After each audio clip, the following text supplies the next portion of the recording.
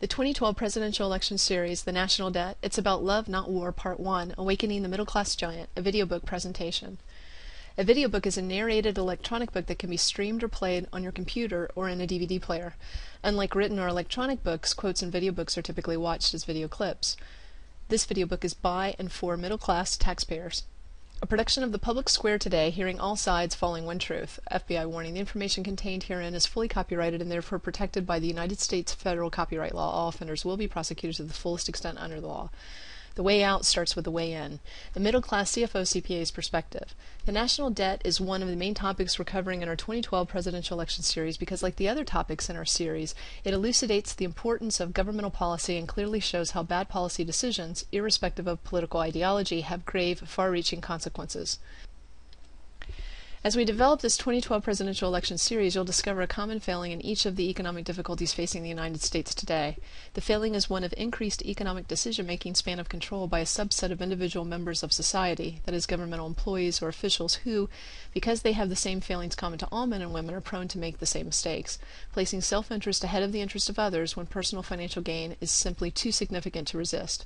In fact, we'd argue that as the economic magnitude of the decision increases, and it's pretty large with the $3 trillion federal budget, $15 trillion national debt, and $15 trillion national economy, you want the personal wealth of the decision makers to increase as well. Why? Because it reduces the risk they will make a bad decision motivated by personal financial gain. Well, why is that? Well, it's because they're rich. Our video book series will make the case that if the middle-class taxpayer does not begin to consistently demand results or consequences for poor policy decisions made by governmental officials promoting their own self-interest under the guise of national best interest, the situation cannot change. And indeed, history, as we will show, proves it has been repeated in very obvious ways over the past 50 to 70 years.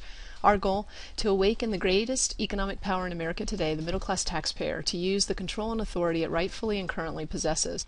This is a graph of defense spending from 1985 through 2016 with projections from 2012 through 2016 in actual dollars.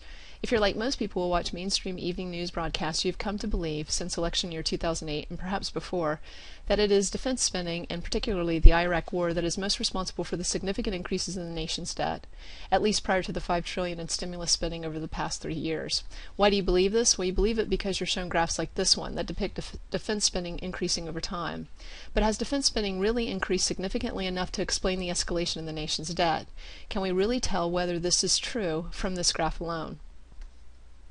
In this next slide, we've graphed household spending for a loaf of bread, also beginning in 1985. Notice it increases over time in a similar fashion. Here the graphs are side by side. Both graphs have very similar slopes. Why is that? Well, it's because inflation has affected both items similarly over time.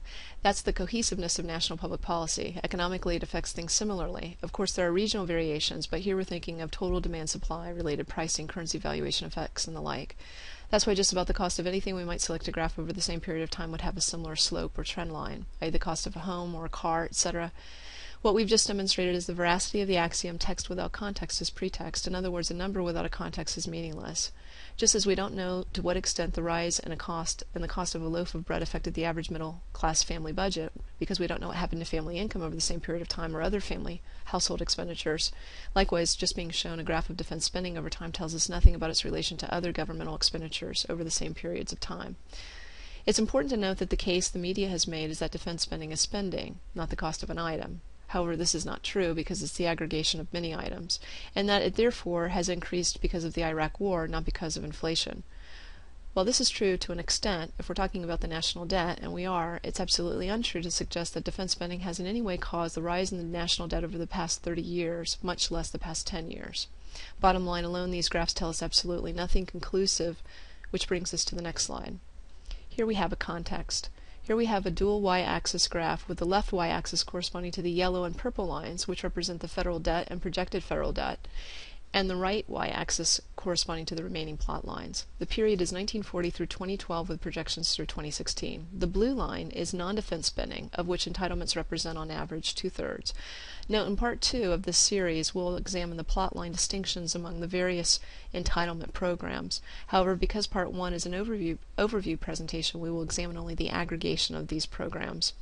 The red line is defense spending. Now, it's clear that relative to non-defense or entitlement spending, defense spending, even with the Iraq War, has been relatively flat when compared to the increase in the yellow line, the U.S. debt. In fact, the two trend lines that move through time parallel to one another are the federal debt and non-defense or entitlement curves, the yellow and blue lines. This graph has been normalized to more nearly equate the relative purchasing power of each dollar over the graphing period, 1940 through 2016, which is the technically more correct way of looking at spending over time because it removes the effects of inflation. When we zero in on the differences between non-defense or entitlement and defense spending over that same period of time, as marked by the red shaded area, the increase in entitlement spending occurs 3 times faster than defense spending. Furthermore, we pick up some additional information with regard to World War II and the Iraq War. We see that the relative cost of World War II was greater than the Iraq War, but how much greater? Here we see a red line, which is defense spending, graphed as a percentage of total governmental outlays or spending, and a yellow line, which is defense spending as a percentage of GDP. Looking at the red line, notice that World War II consumed almost 90% of total governmental outlays between 1944 and 1946, while defense spending since that time, since the 1960s, has consumed less than 50%. More specifically, defense spending for the arsenal buildup related to the Cold War was still under 30%. And compared to this, the Iraq War hovered around 20%. We've added another shaded overlay to help you identify more specifically the degree of variation with a low point of 16% and a high point of 22%, but pretty consistent from 1990 through 2012, or over the last 22 years, hovering consistently, that is, around 20%. When you consider GDP and the yellow line, we see that the U.S. spent nearly 40% of its GDP in fighting and helping to rebuild Europe and Japan related to World War II, while all spending since that time, including the Cold and Iraq wars, has cost the national economy less than 10%. One final means of comparison. Here we've graphed defense and non-defense entitlement spending as a percentage of total governmental outlays. Again, since 1960, non-defense or entitlement spending has been on an upward slope, consuming more and more of governmental outlays, while defense spending has consumed less and less, flattening out in 2000 but increasing only slightly relative to entitlements through 2010, of course due to the Iraq War. Hopefully, from this analysis, we now more rightly understand not only the relative cost of the Iraq War in relation to World War II, the Cold Wars, etc., and also in relation to non-defense or entitlement spending, but hopefully we've also seen evidence of the mainstream media's power to distort. Hopefully this will cause us to be more cautious in the future when we consider the sources we use to gather information.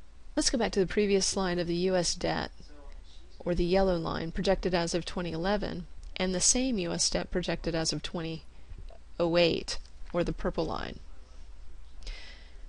We want to examine how federal governmental policies can have unanticipated results that can wreak financial havoc in a very short period of time when you're dealing with trillions of dollars. We'll examine the point specifically in a moment, but for now let's just focus on the variances. We've added an oval overlay that captures the plots of interest to the right and left. The red overlay on the right is capturing the plots of interest between 2009 and 2013. There are only 2 variances that are of interest. They're the first and last year's variances. From this you can see that the difference in debt projected from actual U.S. debt, if we consider 2009 to 2013, is or will be about $5.5 trillion. And that's noted in the overlay on the left, the gold or yellow overlay. Initially the variance was $1.8 trillion in 2009. That was about the size of India's GDP. And it grew in just 4 short years to $5.5 trillion, which is about the size of Japan's GDP, for a 3-fold or 300% increase, representing about 30% of the U.S. GDP. To give you an idea of magnitude, at the present rate of growth of the U.S. economy, approximately 2%, it would take about 16 years to add the equivalent of $5.5 trillion to GDP growth. So these plot lines are just a matter of perspective. In one case, in the purple line, we're looking at the projections of the U.S. debt from 2008. In the other case, on the yellow line, we're looking at debt projections over the period of time from 2009 to 2013, but from the perspective of 2011. Hopefully this becomes clear in this slide. In this next slide, we project the variance through 2016, which rises to $9 trillion. Again, the red line is the actual and projected U.S. debt as of or from the perspective of 2011 through 2016, whereas the blue line is the actual and projected U.S. debt from the perspective of or as of 2008, also through 2016. They're two different perspectives and 2 different trajectories. As with most trajectories, if you make a small error at the start, it becomes larger or accumulates with time. And this one indeed grows from just under 2 trillion to 9 trillion in only 7 years.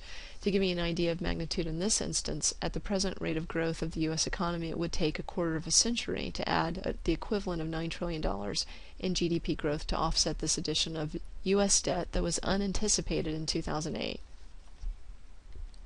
There are 3 factors driving the debt escalation from the 2 perspectives that we viewed on the previous 2 graphs. That is, in the 7 years between 2009 and 2016, from the vantage point of 2008, when the debt was projected, versus the perspective of 2011, when it was projected. These variances in trajectories for the projection of future U.S. debt from the vantage point of 2008 versus 2011 differed because of 3 factors. The first being the 2008 financial crisis, which was caused by a federal governmental policy decision made a decade earlier. Watch our video book here for details. The second was the growth in boomer retirees, tied to another federal governmental policy decision made about 70 years earlier. And the third was the result of $5 trillion in stimulus spending, which was yet another federal governmental policy decision made just about three short years ago. All 3 factors converged to create an exponential escalation in debt and are the result of poor federal governmental policy decisions. Again, here when dealing with such large amounts of money or such large numbers, when multiple wrong decisions are made, not only are dollars wasted that take decades to replace, if they can be replaced, but they accumulate so quickly they can bring down an economy, even the size of the U.S. economy, in a very short period of time. After all, who would have thought the Twin Towers could have been destroyed in such a short period of time? It takes just the right amount of magnitude or power. Here's a slide of the New York City Twin Towers. The World Trade Center towers included many structural engineering innovations in skyscraper design and construction, which allowed the buildings to become the tallest buildings in the world at the time.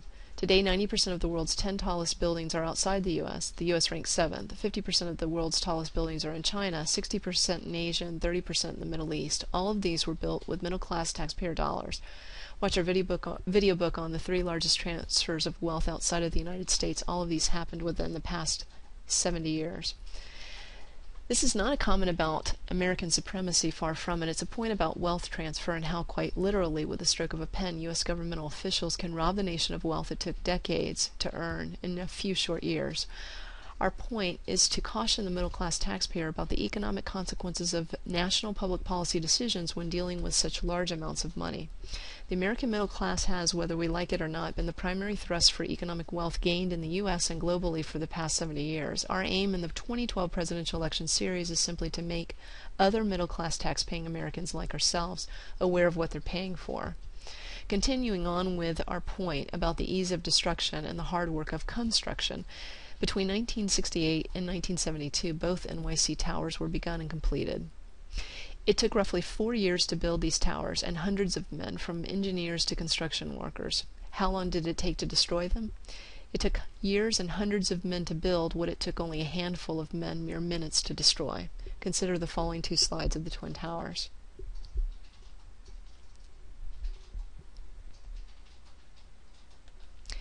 So this is the risk. When you give your economic power away to hired governmental officials in the form of trillions of tax dollars, you give up control. When you give up control, you give up freedom. It's a pretty simple concept. If you give up control to governmental officials who have the very same failings you do, and they make mistakes involving unfathomably large amounts of wealth, then the economic consequences of those decisions are also, well, unfathomably big.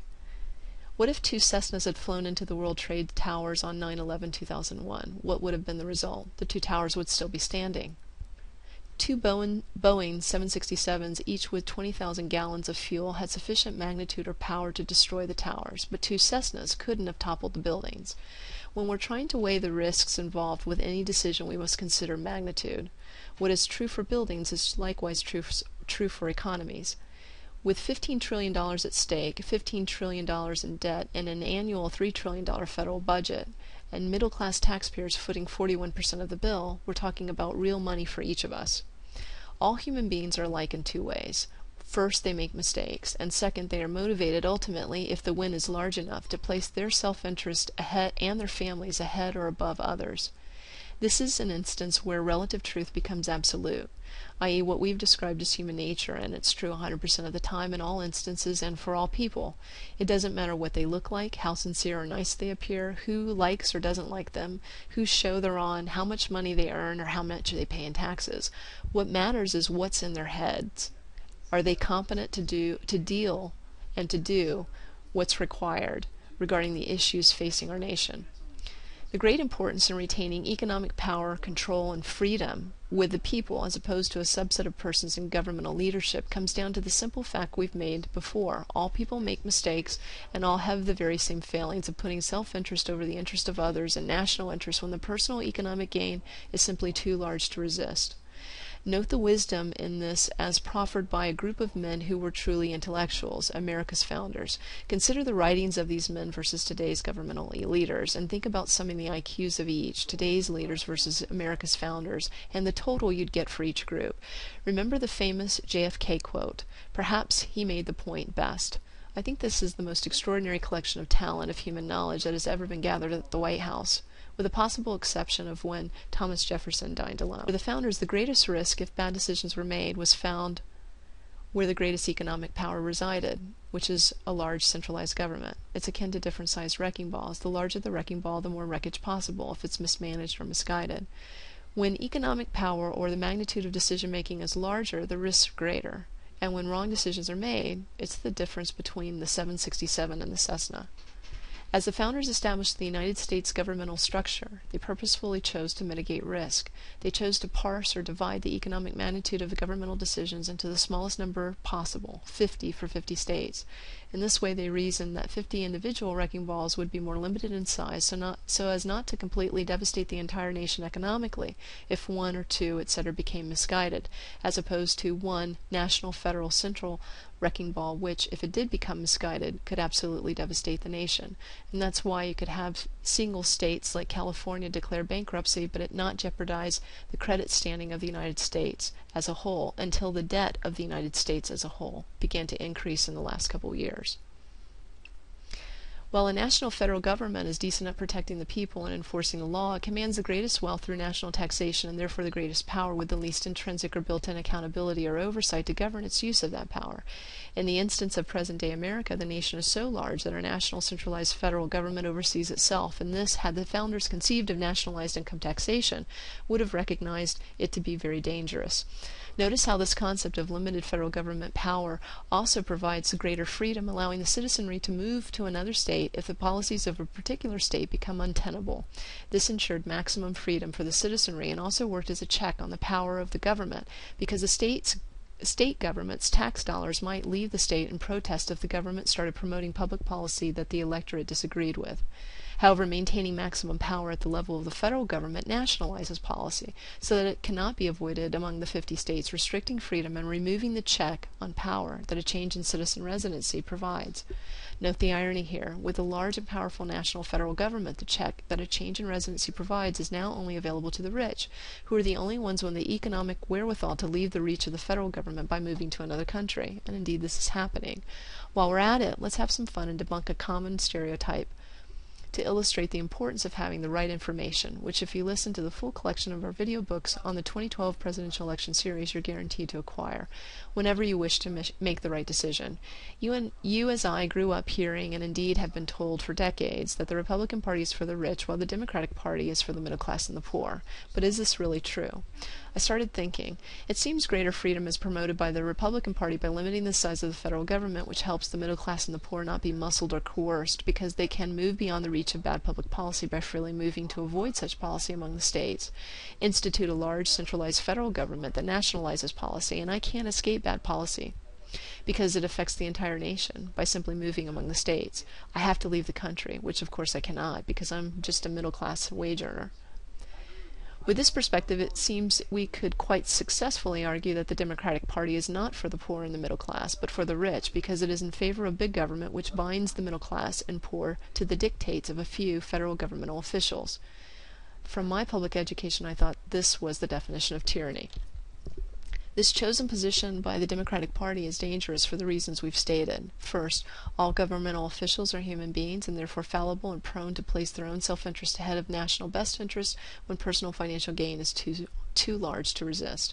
And two, ultimately decision makers are either competent to make decisions before them or they are not. If they're not, the Democratic Party has failed its fiduciary responsibility to us, the taxpayers, by choosing to retain more risk of catastrophic loss for the nation, with the middle class and the poor being ironically most vulnerable, than is necessary by demanding more control and more power to be retained by the centralized federal government, as opposed to pushing those decisions down to the states where 50 wrecking balls are smaller in size and therefore less likely to harm the entire nation catastrophically. Again, the Cessnas versus the Boeing 767s.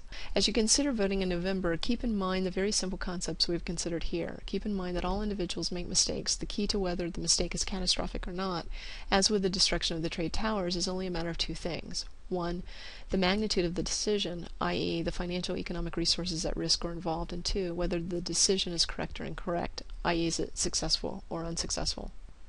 We need to keep in mind that the government is the largest one percenter. It is a monopoly with the ability to enforce through force, patronage, and compliance. Competitive market forces don't exist for the government, which act as a mechanism in the private sector to compel individuals and businesses to either improve or fail economically based upon how independent third parties, that is customers, evaluate their products and services by choosing to purchase or not purchase. The government has no similar mechanism. Here some will argue, well, this is not true because voting exists, which offers accountability in 2- and 4-year cycles. However, the frequency of consumer purchases is much higher, and this even though the cost of consumable goods and services is much lower. For example, you buy groceries every week. They run about $200, not $9 trillion. If you don't like the grocer, you go somewhere else. The frequency of the purchase is high, so that the grocer must meet your expectations every week or you'll go to another grocer. The grocer doesn't just perform every 2- and 4-year cycles.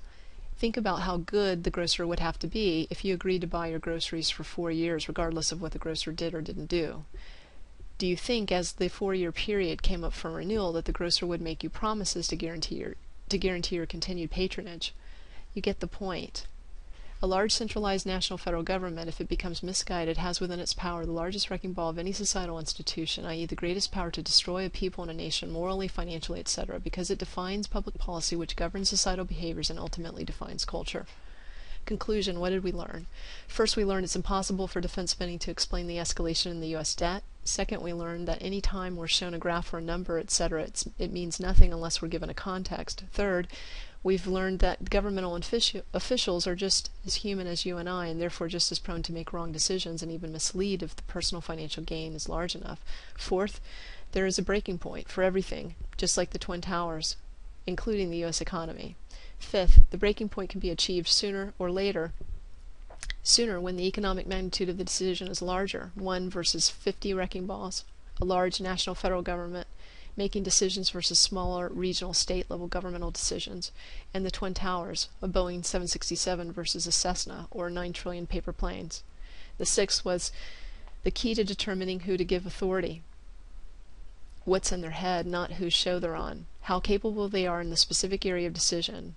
If we need economic improvement, who's the most capable economically? And then the second issue is how much money is at risk. Visit us at www.awakenthemiddleclassgiant.com. We have one last point. One topic we're interested in discussing or petitioning on our blog is the inherent conflict of interest that exists when entitlement recipients are given a full vote. We want to hear your thoughts on a constitutional amendment that would scale, reduce, or fractionalize entitlement recipient votes based on how long they had received the benefits, except in the instance of disability by accident or birth. Because entitlement recipients are able to vote their own pay raises by electing officials who pander to their requests, they have an inherent conflict of interest, and therefore should have a restriction on the value of their votes, i.e. their vote should be worth less than 100%. Why? Because in all economic instances except servitude, the individual who pays for a product or service remains free to take his or her dollars somewhere else when the service provider no longer meets his or her needs. This is not the case for the American middle-class taxpayer, and we're looking for ways to look out for him and her, because they're us, to change this, i.e. to restore control to the one who foots the bill.